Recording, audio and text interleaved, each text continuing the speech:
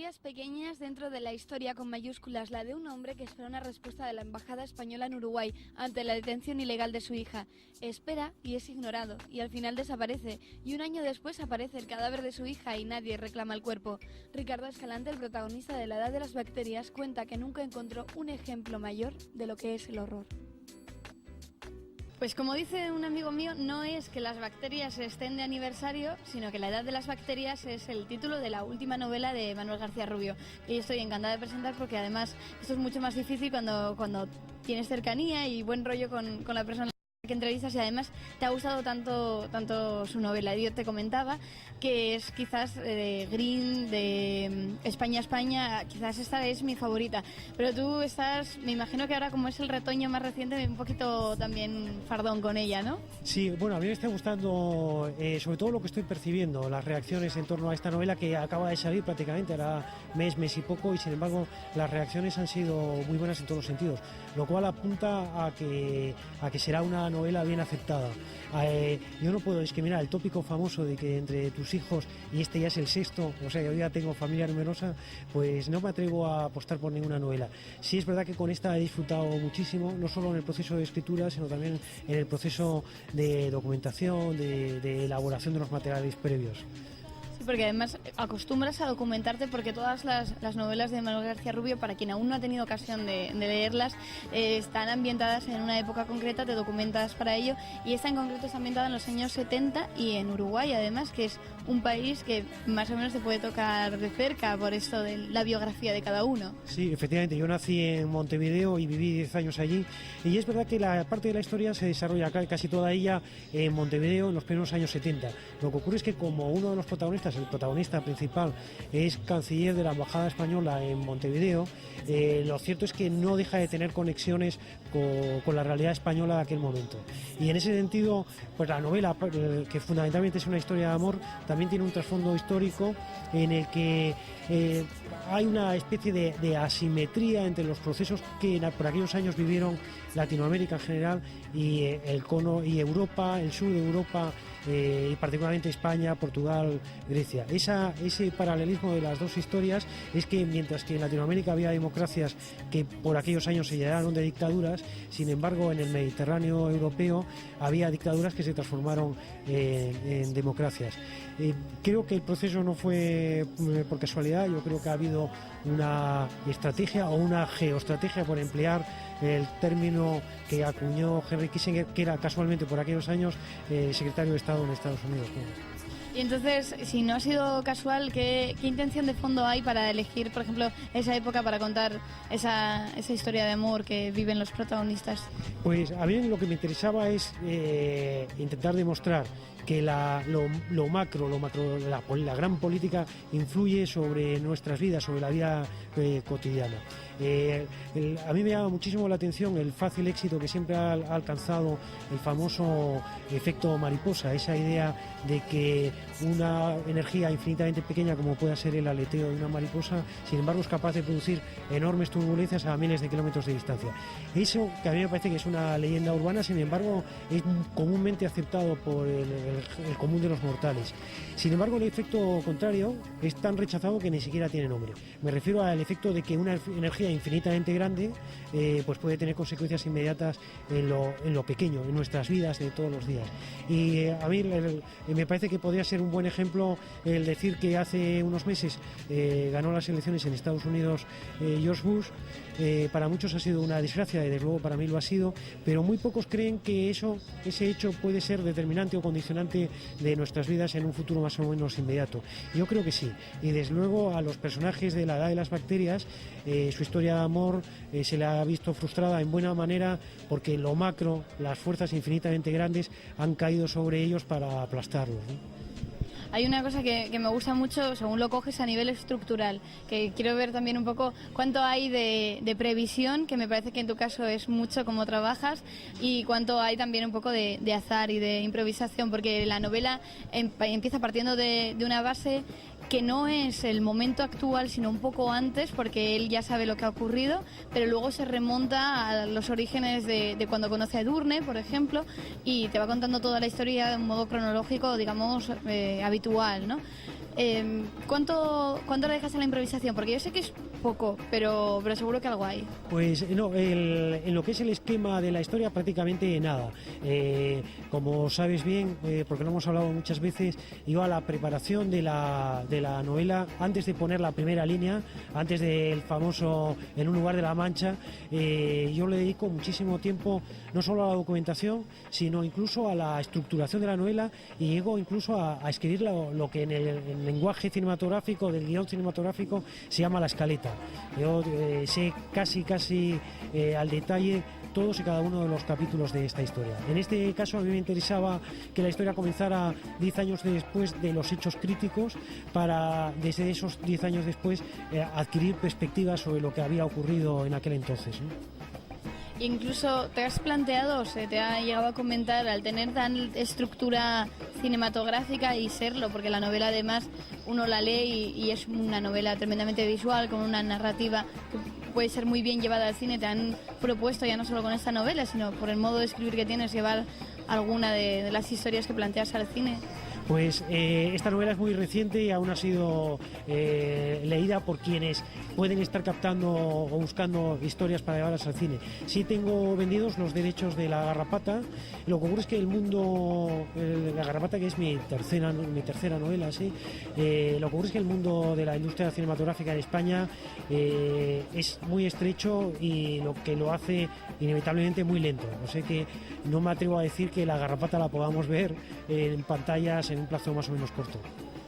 A mí me ocurre, claro, que esto es un referente como muy particular y quizá estoy yo un poco pasándome, ¿no? Pero al leer La Edad de las Bacterias tenía como cierto recuerdo por cómo entrelazas lo que es una trama política, casi de espías, de terroristas, con la trama sentimental. A mí me recordaba un poco, salvando las distancias de narración, a La Mujer Habitada de Gioconda Belli.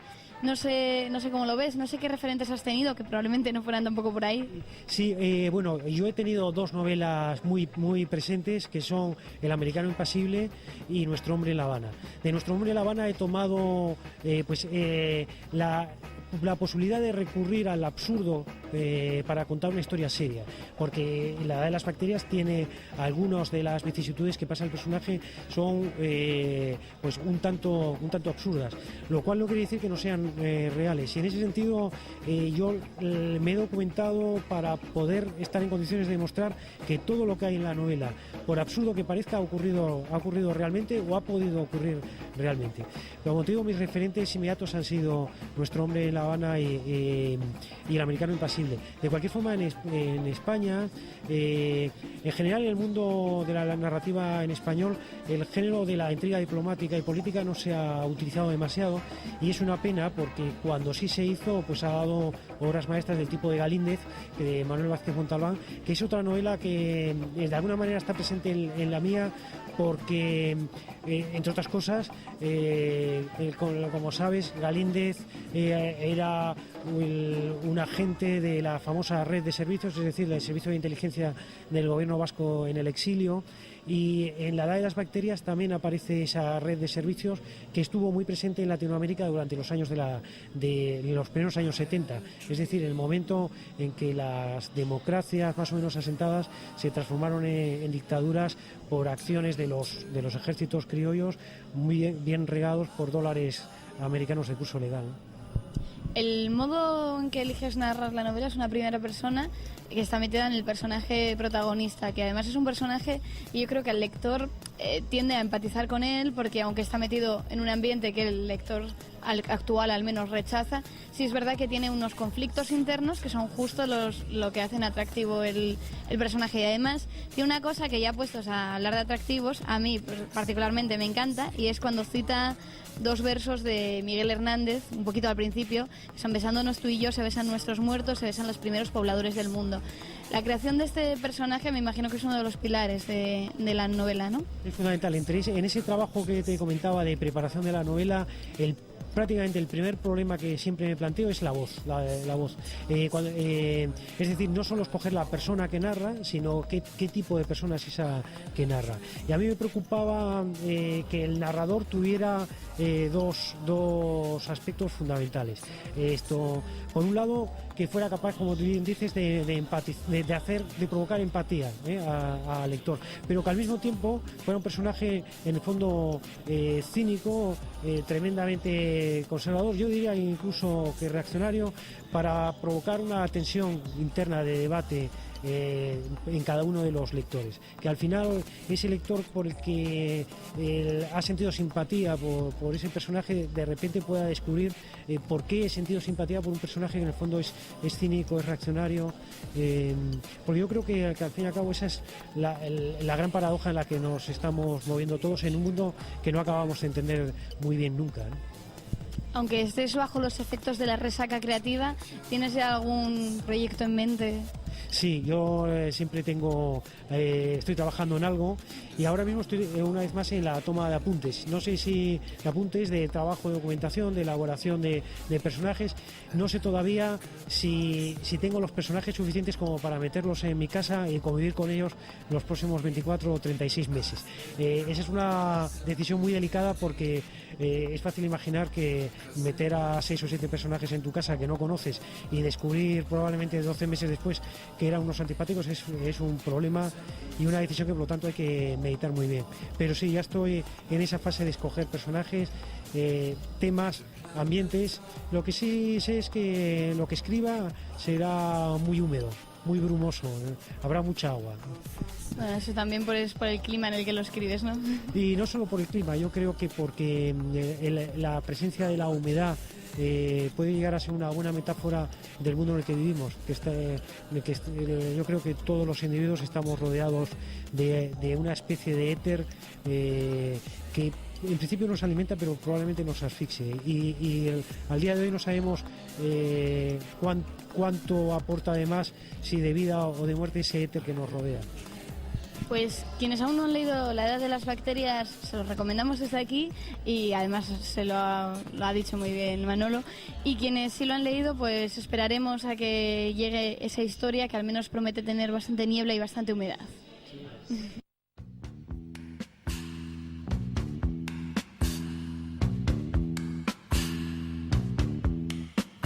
It's a time of the season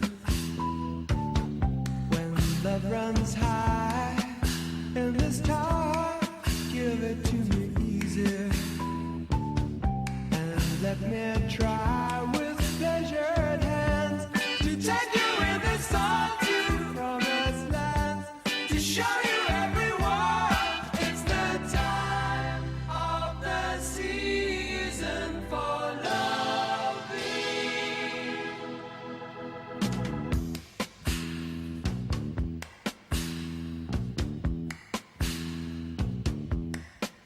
What's your name? What's your name? Who's your daddy? Who's your daddy? He rich. Is he rich like me?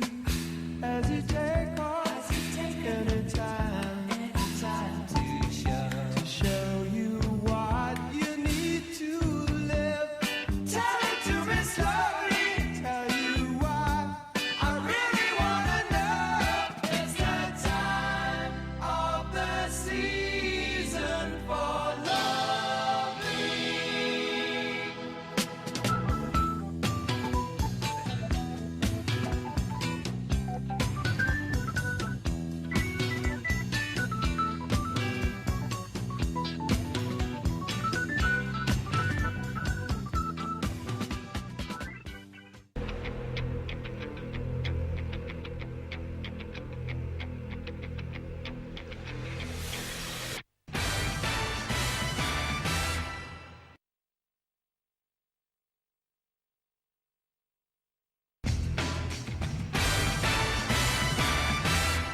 Mirar el presente, el arte que ni siquiera se plantea fecha de caducidad. El MUSAC, descentralizando la capital del arte, está muy cerca. Bueno, pues el MUSAC es un museo, el Museo de Arte Contemporánea de Castilla y León. Es dirigido, yo creo que muy bien dirigido, por Rafael Doctor Roncero, que es conocido, bueno, no solo por toda su trayectoria, sino también por su buen criterio a la hora de dirigir no solo museos, sino otras instituciones. la parte en la que nosotros podemos destacar más o hasta ahora, pues él dirigió el espacio 1 del Reina Sofía, como gran criterio, como dije anteriormente.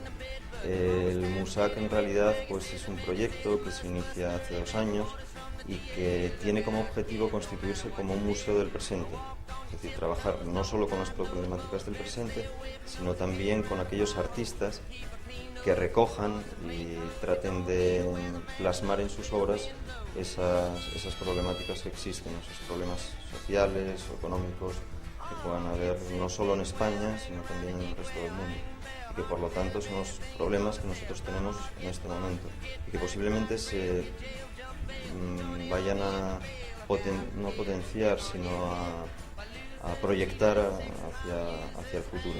En realidad hay 2 fechas en las que se sitúan, que son importantes desde el punto de vista de los directores del MUSAC, que es el año 1992 y el año 2000.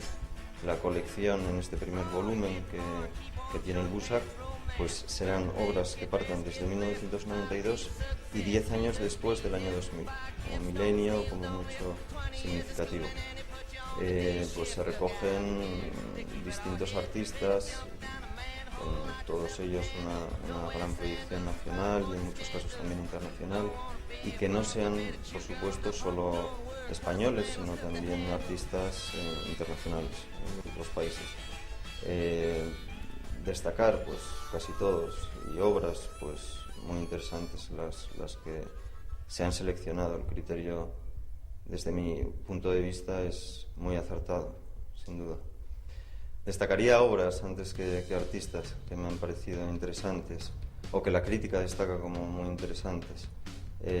Hay una pieza que funciona porque el MUSAC en realidad se inauguró con una exposición que es Emergencias, que lo que trata es de recoger la situación en la que se encuentra África en este momento. Entonces, es una pieza de Alberto Llar que es realmente interesante, forma como una piscina grande que tiene 5 metros por cada uno de los lados, y de esa pieza que parece petróleo, pues el contenido pues emerge durante 1 minuto un continente que es África y se mantiene oculta otra vez durante unos 12 minutos. Esto, por supuesto, va acompañado de unos textos de distintos autores en el que sirven de complemento a esta misma pieza.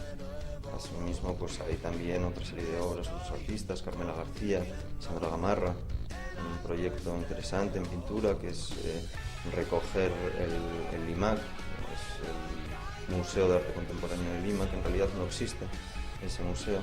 Entonces ella lo que hace es apropiarse de algunas de las obras de artistas contemporáneos e incluye también obras suyas para formar lo que sería el patrimonio, el conjunto de obras de ese museo. A la vez se establece pues una demanda, ¿no? Una demanda de ella hacia la creación de ese Museo de Arte Contemporáneo en Lima, acompañado de todos los productos de merchandising que utiliza el museo, pues unos lápices o unos bolígrafos.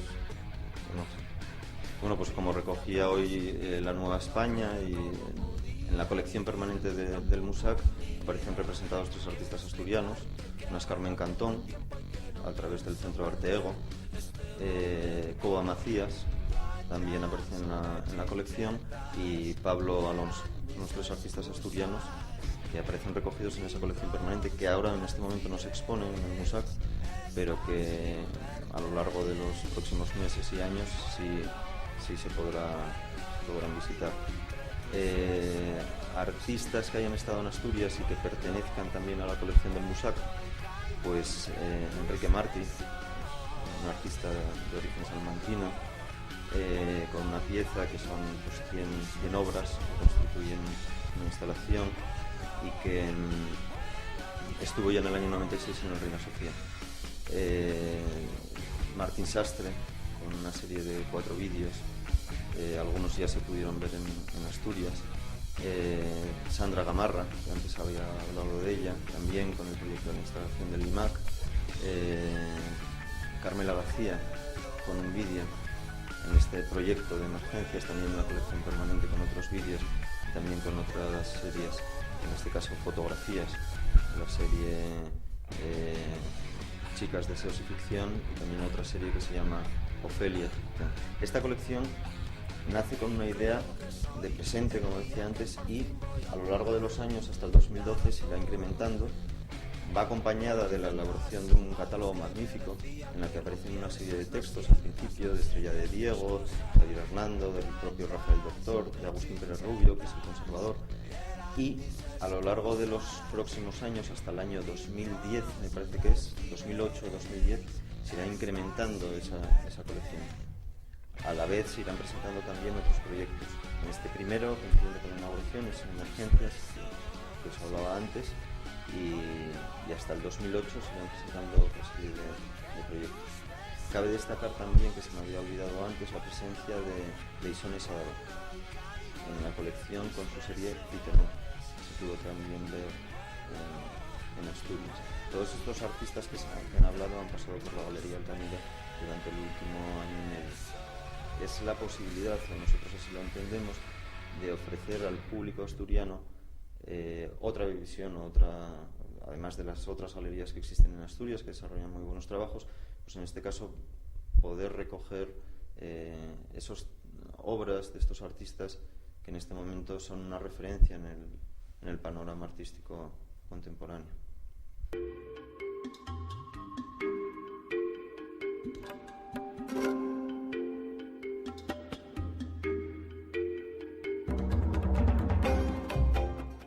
La prueba de que las rubias no son tontas, o la más fehaciente excepción. Son 5, sus temas están compuestos por Nacho Canut, el hombre silencioso de Fangoria, y su nombre, que no sus letras, nos recuerda inevitablemente a una parte de nuestra infancia.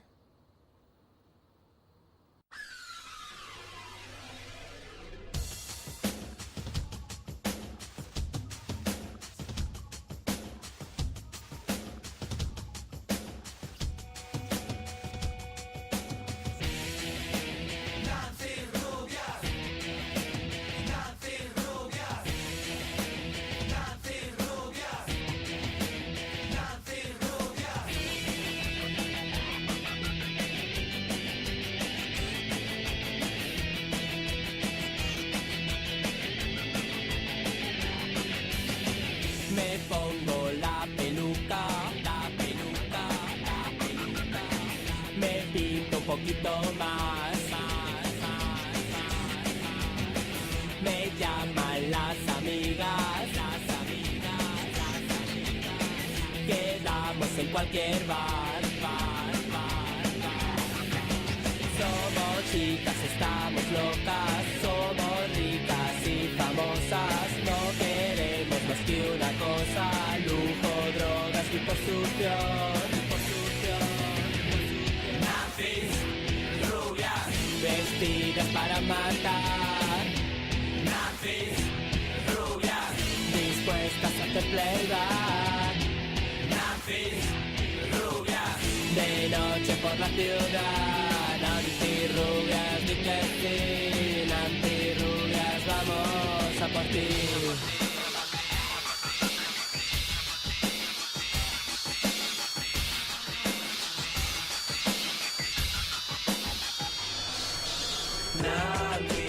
Antirrubias operadas, antirrubias maquilladas, antirrubias de promoción, antirrubias de Louis Vuitton, antirrubias en un avión, antirrubias Eurovisión. Somos chicas, estamos locas, somos ricas y famosas, no queremos más que una cosa, lujo, drogas y construcción. Nazis, rubias, vestidas para matar. Nazis, rubias, dispuestas a hacer playback. Nazis, rubias, de noche por la ciudad. Antirrubias, ni que fin, antirrubias, vamos a por ti. Nazis, rubias, vestidas para matar. Nazis, rubias, dispuestas a hacer playback. Nazis, rubias, de noche por la ciudad. Antirrubias,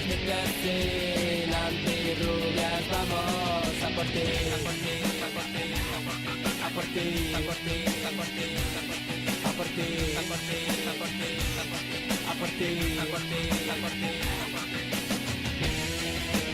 Nancy Rubias, Nancy Rubias, Nancy Rubias, Nancy Rubias.